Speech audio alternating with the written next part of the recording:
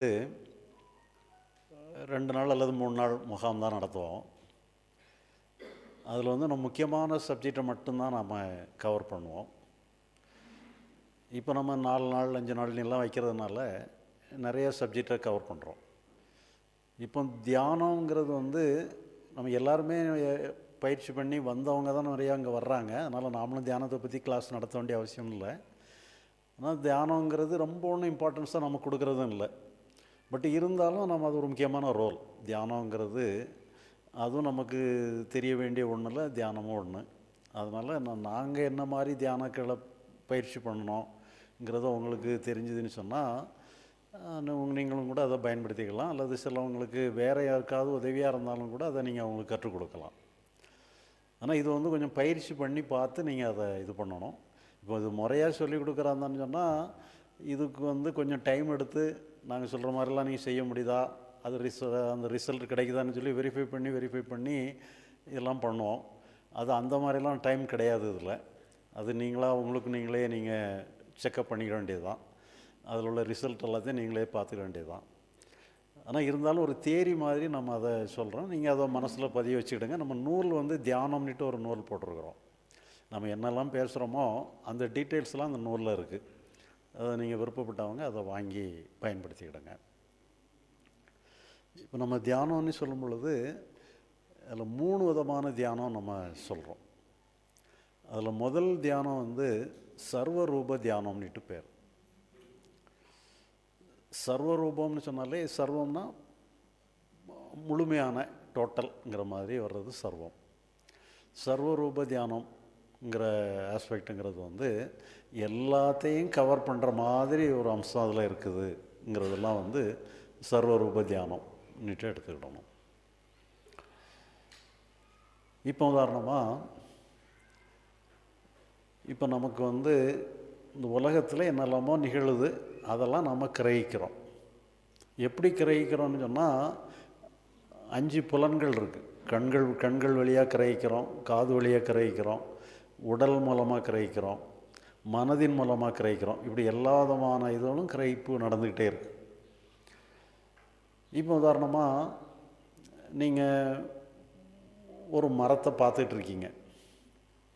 அப்போ நீங்கள் அதை பார்த்து அந்த மரத்தில் என்ன இருக்குது, இது என்ன மரம்னுட்டு சொல்லி நீங்கள் அதை கவனிச்சிட்டு இருக்கீங்க. இப்போ கண்ணுடைய ரோல் பிரதானமாக இருக்குது. அப்போ உங்கள் காது என்ன பண்ணும்? அதுவும் எதையோ கவனிச்சிட்டு தான் இருக்குது, ஆனால் அது பிரதானமாக தெரியாது. எது பிரதானமாக தெரியுதுன்னா நீங்கள் எதை உற்று கவனிக்கிறீங்களோ அதுதான் பிரதானமாக தெரியும். இப்போ அதே நேரத்தில் ஒவ்வொரு புலன்களுமே அட் ஏ டைம் எல்லாமே ஃபங்க்ஷன் ஆகிட்டு தான் இருக்குது. நீங்கள் ஒரு புலனை யூஸ் பண்ணிகிட்டு இருக்கீங்கிறனால மற்ற புலன்கள்லாம் அதனுடைய வேலையை நிப்பாட்டுறதில்ல. எல்லா புலன்களும் வேலை செஞ்சுட்டு தான் இருக்குது. ஆனால் உங்கள் கவனம் மட்டும் ஏதாவது ஒரு புலனில் குவிஞ்சு இருக்கிறதுனால அது மட்டும் பிரதானமாக தருது. மற்ற இதுகள்லாம் அவ்வளோ இம்பார்ட்டண்ட்டாக தெரியல. இப்போ சொல்லப்போனான்னு சொன்னால் இப்போ நம்ம 5 புலன்களுடைய கான்ட்ரிபியூஷனுமே ஒவ்வொன்றுமே இன்னும் நான் 5 புலனுக்கும் 20%ன்னு வச்சுக்கிடுவோமே. ஒரு டோட்டலாக சொன்னால் 20%ல் அது வேலை செய்யணும். அது சப்போஸ் இப்போ நீங்கள் மரத்தை மட்டும் உற்று கவனிச்சிட்டு இருக்கீங்கன்னு சொன்னால் அது என்னன்னுட்டு சொல்லி அதிலே ஆராய்ச்சி பண்ணி அதிலே ஃபோக்கஸ் பண்ணும் பொழுது அதிலே கவனம் கிட்டத்தட்ட 75% அதுக்கே போயிடுது. மீதி இருக்கிற 25% தான் மற்ற புலன்கள் எடுத்துக்கிடுது. மற்றதும் கவனிச்சிக்கிட்டு தான் இருக்குது, ஏதாவது ஒன்று நடக்குதானோ தெரியத்தான் செய்யுது. பட் இருந்தாலும் நமக்கு கவனம் அங்கே போகிறதில்ல. அப்போ எல்லாமே சப்போஸ் எல்லாமே ஈக்குவலாக கவனிக்கிறதுன்னு வச்சுக்கிடுங்க. எங்கேயுமே ஃபோக்கஸ் ஆகலை, எல்லாமே ஈக்குவலாக நம்ம கவனிக்கிறோம் இன்னும் சொல்லி சொன்னால் அந்த கவனம் எப்படி இருக்கும்? அதுதான் சர்வரூப தியானம்னு சொல்லி பேர். நீங்கள் எல்லாத்தையும் அட் ஏ டைம் எல்லாத்தையும் டோட்டலாக கவனிக்கிறதுன்னு சொல்லி சொன்னால் அது சர்வரூப தியானம்.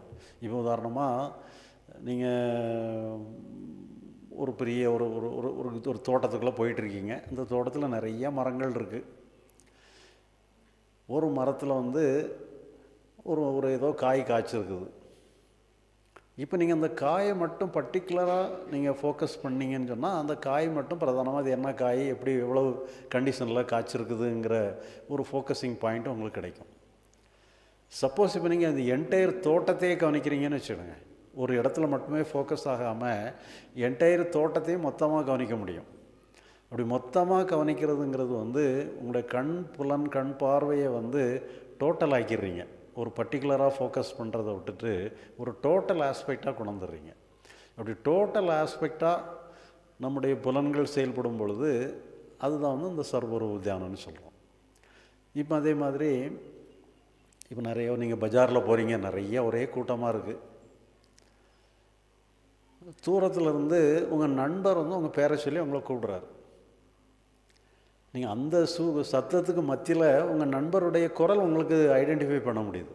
அப்போ அவர் என்ன சொல்கிறாரு, என்னதோ சொல்கிறாரு, நீங்கள் கொஞ்சம் கவனித்து அவர் என்ன சொல்கிறாருங்கிறத நீங்கள் உற்று கவனிக்கிறீங்க. அப்போ அவர் சொல்கிறது உங்களுக்கு விளங்குது. சப்போஸ் இப்போ நீங்கள் யார் சவுண்டையுமே நீங்கள் கேட்காம அந்த என்டையர் சவுண்டு என்னெல்லாமோ நிறைய கசமுசானு ஒரே சவுண்டாக இருக்குது, மொத்தமாக டோட்டலாக கவனிச்சிங்கன்னு சொன்னால் அவங்களுக்கு எதுவும் விளங்காது. ஆனால் ஒரு சப்தம் மட்டும் கேட்கும், எல்லாத்தையும் கவனிக்கிற மாதிரி ஒரு சப்தம் மட்டும் கேட்கும். இப்படி டோட்டலாக கிரகிக்கிறதுக்கு பேர் சர்வரூப தியானம்னு சொல்கிறது. ஒரு இதில் ஃபோக்கஸ் பண்ணுறதுங்கிறது அது கான்சன்ட்ரேஷன். இது கான்சன்ட்ரேஷன்லேருந்து விலகி டோட்டலாக ஒரு ஆப்சர்வேஷன், அது அப்சர்வேஷனுங்கிற மாதிரி ஒரு டோட்டல் அப்சார்ப்ஷனுங்கிற மாதிரி நம்ம எல்லாத்தையும் டோட்டலாக கவனிக்கிறதுங்கிறது இந்த சர்வரூப தியானத்தில் சேர்ந்தோம்.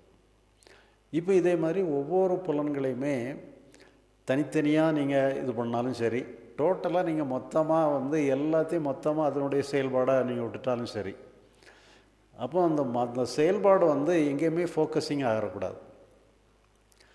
இப்போது நீங்கள் பார்த்தீங்கன்னு சொன்னால்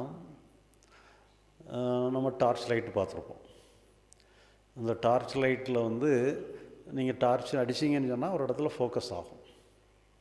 இப்போ இந்த காலத்தில் பல விதமான டார்ச் லைட் இருக்குது, அந்த காலத்தில் ஒரே மாடல் டார்ச் லைட்டு தான் இருக்கும். அதனால் அந்த நூல்லையுமே அந்த உதாரணத்தை தான் எழுதியிருப்பேன். அந்த டார்ச் லைட் எப்படி இருக்குன்னு சொன்னால் நீங்கள் இந்த மேல் மூடி அந்த இந்த ஃபோக்கஸிங் பாயிண்ட்டை அப்படியே திருகி கலத்தி எடுத்துடலாம்.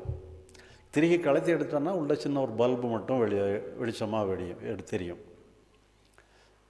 இப்போ நம்ம சாதாரண பல்பெல்லாம் இருக்கிற மாதிரி இன்னும் ஒரு பல்பு இருக்குது, இந்த பல்பெல்லாம் இருக்கிற மாதிரி உள்ள ஒரு பல்பு இருக்கும். அந்த பல்புக்கு மேலே ஒரு ஃபோக்கஸிங் பாயிண்ட் இருக்கும்.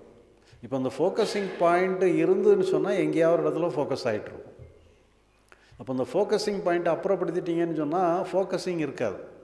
அப்போ என்னென்னு சொன்னால் அந்த பல்பு மட்டும்தான் இருக்கும். பல்புனுடைய வெளிச்சம் எப்படி இருக்குன்னு சொன்னால் எல்லா இடத்துலையும் விரிஞ்சு போகிறோம், எங்கேயுமே ஃபோக்கஸ் ஆகாது, எல்லா இடத்துலையும் ஈக்குவலாக பரவும்.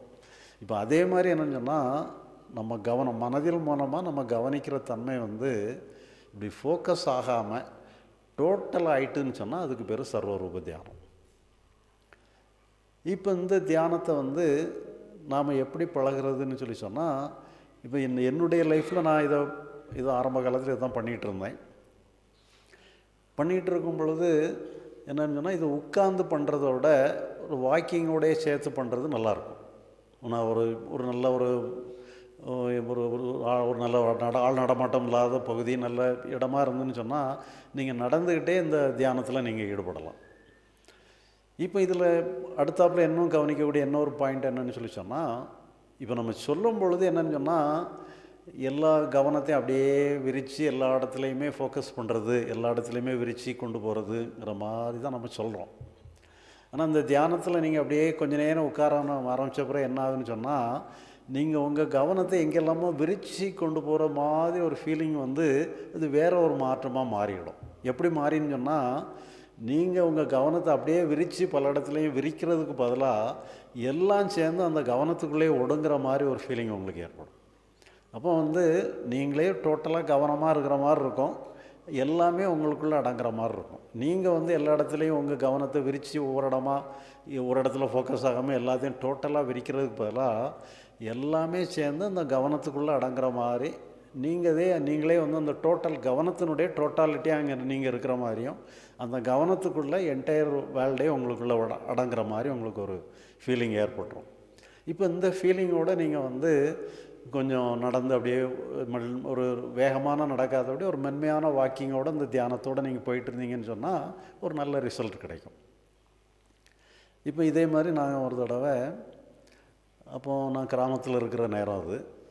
அங்கே கிராமத்தில் என்னென்னு சொன்னால் இப்போ கூட அந்த ரோடுகள்லாம் கொஞ்சம் டிராஃபிக் இருக்குது. அந்த டைமில் வந்து எப்போவோ ஒரு மணி நேரத்துக்கு ஒரு தடவை ஒரு பஸ்ஸோ ஏதோ ஒன்று வரும்.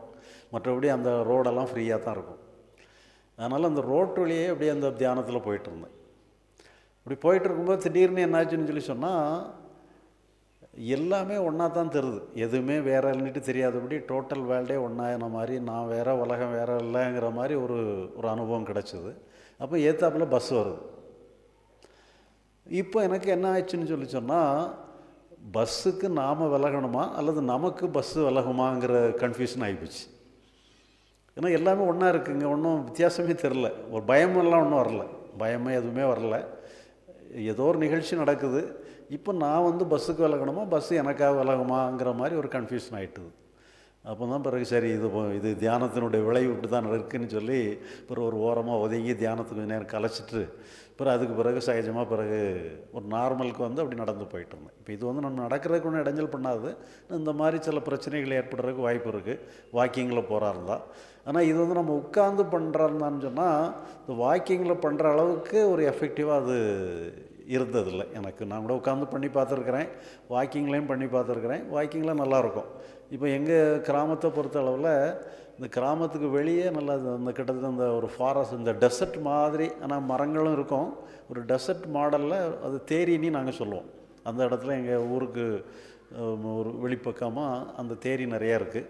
அதில் வந்து நம்ம பாட்டுக்கு மைல் கணக்கில் கிலோமீட்டர் கணக்கில் பாட்டுக்கு விரிஞ்சு கிடக்கும். நம்ம பாட்டுக்கு போயிட்டே இருக்கலாம். அங்கே ஒன்றும் எந்த டிராஃபிக் எதுவுமே இருக்காது. அது நம்ம பாட்டுக்கு போயிட்டு இருக்கலாம். இப்போ அங்கெல்லாம் இந்த மாதிரி தியானங்கள் பண்ணோன்னா நல்லாயிருக்கும். அதே மாதிரி நீங்கள் கடற்கரை எங்கேயாவது யாருக்காவது அமைஞ்சுது அல்லது இப்படி எங்கேயாவது ஒரு இடத்துல ஆள் நடமாட்டம் குறைவா அல்லது மாதிரி டிராஃபிக் இல்லாத இடமா இருந்ததுன்னா நீங்கள் ட்ரை பண்ணி பார்க்கலாம். பண்ணிங்கன்னு சொன்னால் அது உங்களுக்கு ஒரு மனசுக்கு ஒரு நல்ல ஒரு இதை கொடுக்கும். பிறகு இதில் நீங்கள் நல்லா பழகின பிறகு என்ன ஆகுதுன்னு சொன்னால் நீங்கள் சகஜமாக நீங்கள் எல்லா வேலைகள் பண்ணும் பொழுதுமே இந்த தியானமும் நமக்கு ஒரு அடித்தளமாக இருக்கும். அது வச்சுக்கிட்டே நீங்கள் எங்கேயா கான்சன்ட்ரேஷன் கூட பண்ணலாம். தேவைப்படும்போது கான்சன்ட்ரேஷன் பண்ணிக்கலாம், தேவையில்லைன்னா அந்த கான்சன்ட்ரேஷனை விலக்கிக்கிட்டு நீங்கள் இந்த டோட்டாலிட்டி ஆகிடலாம். அப்படி ரெண்டையுமே சேர்த்து பண்ணக்கூடிய அளவில் உங்களுக்கு ஒரு எபிலிட்டி டெவலப் ஆகிரும். அப்போ நீங்கள் சகஜமாக எப்போவுமே கூட இந்த தியானத்திலேருந்து நீங்கள் விலகி இருக்கணும்னு கூட அவசியம் இல்லை. தியானத்தில் இருந்துக்கிட்டே செய்ய வேண்டிய செயல்களையும் செஞ்சுக்கலாம். செய்ய வேண்டிய செயல்களுக்கு கான்சன்ட்ரேஷன் தேவை. அப்போ அந்த நேரத்தில் கான்சன்ட்ரேஷன் ஆகும். பிறகு அது தேவையில்லைன்னு சொன்னால் அந்த கான்சன்ட்ரேஷன் வந்து விலகி அந்த டோட்டாலிட்டிக்கு வந்துவிடும். அப்படி அந்த மாதிரி நீங்கள் இது பண்ணிக்கிடலாம். இப்போ இதை வந்து நீங்கள் ஒரே நாள் ஒரு நாள் 1 மணி நேரம் பண்ணுறதுலேயே உங்களுக்கு ரிசல்ட் தெரிஞ்சிடும். அது உங்களுக்கு ஒரு ஐடியா வந்துடும். இதை நீங்கள் ட்ரை பண்ணி பாருங்கள். இது வந்து அந்த சர்வரூப தியானம்னா என்னங்கிறத பற்றி நம்ம சொல்லியிருக்கிறோம். மற்றது இதை பற்றிய நுட்பங்களெல்லாம் நீங்கள் வந்து பயிற்சி பண்ணி பார்த்து தான் இதை நீங்கள் கண்டுபிடிச்சிக்க முடியும். ஒரு அடுத்தாப்பில் இன்னொரு தியானம், அது வந்து கான்சன்ட்ரேஷன் சம்மந்தப்பட்டது. அந்த கான்சன்ட்ரேஷனுங்கிறது வந்து எங்கேயாவது ஒரு இடத்துல நீங்கள் கான்சன்ட்ரேஷன் பண்ணணும், ஃபோக்கஸ் பண்ணணும். சவுண்டு வருதா அப்படின்னால அந்த கான்சன்ட்ரேஷன் பண்ணுறதுக்கு நம்ம எதை வச்சுக்கிடணும்னு சொன்னால் இந்த நான்ங்கிற உணர்வை நீங்கள் ஒரு கான்சன்ட்ரேஷன் பாயிண்ட்டாக வச்சுக்கிடணும். இதுக்கு நாங்கள் என்ன பேர் கொடுத்துருக்குறோம்னு சொன்னால் நிர்விகற்ப தியானம்னு சொல்லி பேர் வச்சுருக்குறோம். இப்போ தான் நிர்விகற்ப சமாதின்ட்டு ஒன்று சொல்லுவாங்க. இது சமாதி கிடையாது, இது தியானத்துலேயும் நிர்விகற்ப தியானம். இந்த நான்கிறத வந்து நீங்கள் ஃபோக்கஸ் பண்ணினீங்கன்னு சொன்னால் இப்போ எல்லாருக்குமே வந்து நான்கிறது ஒரு இடம் நமக்கு தெரியும். நான்ட்டு சொல்லி ஒரு இடம் நமக்கு இருக்கிறோம். இப்போ நீங்கள் உங்களை வந்து உதாரணமாக இப்போ நம்ம எல்லோரும் உட்காந்துருக்கோம், இருட்டாக இருக்குது. இருட்டுக்குள்ளே நமக்கு எந்த பொருளுமே தெரியாது. ஆனால் நாம் எங்கே இருக்கோம்னு சொன்னால் நான்ட்டு ஒன்று இருக்குங்கிறது நமக்கு தெரியும். இப்போ நான் சொல்லி நம்முடைய மனோ இயக்கமோ அல்லது சிந்தனை வேறு உடலினுடைய இருதயத்தினுடைய இயக்கமோ ஏதோ ஒன்று நம்முடைய ஒரு கான்சியஸ் பார்ட் வந்து நான் இருக்கிறேன்னு சொல்லிகிட்டு இருக்கிற மாதிரி நமக்குள்ளே நான்ட்டு ஒரு பகுதி இருக்கிறது நமக்கு தெரியும். அந்த நான்கிற பகுதியை வந்து நாம் இதுதான் நான்ட்டு சொல்லி ஃபிக்ஸ் பண்ணிக்கிடணும். அதை ரொம்ப தேடிட்டு அலையக்கூடாது. இப்போ உதாரணமாக நீங்கள் ரோட்டில் போயிட்டுருக்கீங்க, எதிர்த்தாப்பில் ஒருத்தர் வராரு. ஏன்னா நல்லா இருக்கீங்களா நீட்டு சொல்லி உங்களை பார்த்து கேட்குறாரு. அப்போ உங்களுக்கு என்ன தோணுச்சுன்னா, அவர் பார்த்த அறிமுகமே இல்லை. அப்போ அவரை பார்த்து நல்லா இருக்கீங்களான்னு நம்மளை பார்த்து கேட்குறாரு. அப்போ நமக்கு பின்னால் யாரோ வந்துட்டுருக்கார் போல், அவரை பார்த்து தான் அவர் கேட்குறாரு போல், அது நம்மளை பார்த்து கேட்குற மாதிரி நமக்கு தோணுது போல் நினச்சி நம்ம பின்னால் எட்டி பார்த்தா பின்னால் ஒருத்தரையும் காணும். அப்போ அவர் நம்மளை தான் சொல்லியிருக்கிறாருன்னுட்டு சொல்லி ஒரு முடிவுக்கு வரோம். இப்போ இதே மாதிரி என்னென்னு சொன்னால், இந்த நான்கிறது ஏதோ நமக்குள்ள ஒரு டீப்பாக எங்கேயோ ஒரு பகுதியில் இருக்குது, அதுதான் நான்னுட்டு சொல்லி இந்த நான் எங்கே இருக்குன்னுலாம் தேடிட்டு அலையக்கூடாது. ரொம்ப சூப்பர்ஃபிஷியலாக நான்னுட்டு சொல்லி நமக்குள்ளே எது தெரியுதோ அதையே நம்ம தேடக்கூடிய நான், நம்ம ஃபிக்ஸ் பண்ண வேண்டிய நான்னுட்டு எடுத்துக்கிடணும். இந்த நானை தேடுறதுல நேரத்தை வேஸ்ட் பண்ணிடக்கூடாது. நமக்கு சூப்பர்ஃபிஷியலாக ரொம்ப ஈஸியாக தெரியக்கூடிய நான்கிற ஒரு பகுதியை நான்னுட்டு எடுத்துக்கிடணும். எடுத்துக்கிட்டு என்னன்னு சொல்லி சொன்னால், அந்த நான்கிறதுக்கு இம்பார்ட்டன்ஸ் கொடுக்கணும். அந்த இம்பார்ட்டன்ஸ் கொடுக்கறது தான் இப்போ நம்முடைய அணுகுமுறையில் கொஞ்சம் வித்தியாசமானது. இப்போ ரமணரும் இதே தியானம் தான் சொல்லியிருக்கிறாரு. ஆனால் நிறையா பேர் ரமணர் தியானம் நான் யாருன்னு கேட்க சொல்கிறாரு. ஆனால் பண்ணால் ஒரே தூக்கம்தான் வருதுன்னுட்டு சொல்லி நிறைய ஒரு அனுபவங்களை சொல்லுவாங்க. ஆனால் நம்ம தியானத்தில் தூக்கம்லாம் வராது. தூக்கம் வர்றவங்களுக்கு கூட இந்த தியானத்தை பண்ணால் தூக்கம் போயிடும். என்ன சொல்லுங்கன்னா, இது அந்த நான்கிறதுக்கு நீங்கள் எந்த அளவுக்கு இம்பார்ட்டன்ஸ் கொடுக்குறீங்களோ அதை பொறுத்தது. இப்போ நான்கிறது ஏதோ ஒரு சாதாரண ஒன்றுன்னு நினச்சிங்கன்னு சொன்னால் அதில் நமக்கு இம்பார்ட்டன்ஸ் வராது. இப்போ உதாரணமாக நாம் இங்கே உட்காந்துட்டு இருக்கோம், வெளிச்சம்லாம் இருக்குது. திடீர்னு சொல்லி இங்கே ஏதோ ஒரு துவாரம் இருக்குன்னு வச்சுடுங்களேன். இந்த துவாரத்துலேயே ஒரு பாம்பு கீழே குதிச்சிருது. நாம் யாருமே டீல் பண்ணலை, அது ஒன்றுமே பண்ணலை, அது பாட்டுக்கு எங்கேயோ போயிட்டுருக்கு, வெளியே நோக்கி தான் போகுது. பட் இருந்தாலும் என்னன்னு சொல்லி சொன்னால், நம்ம எல்லாருடைய கவனம் அதில் தான் இருக்கும். அது ஒழுங்காக வெளியே போகுதா, இங்கே எங்கேயாவது நின்றுருதாங்கிறது. ஏன்னா அது ஒரு ஆபத்தான பொருள். அது அப்போ நமக்கு அது நம்மளை விட்டு போயிட்டா பரவாயில்லன்னுட்டு இருக்கிறதுனால நம்ம வேற எங்கேயோ நம்ம கவனத்தை செலுத்துறதில்ல. கவனம் முழுக்க நம்ம அதில் தான் இருக்கும். இப்போ உதாரணமாக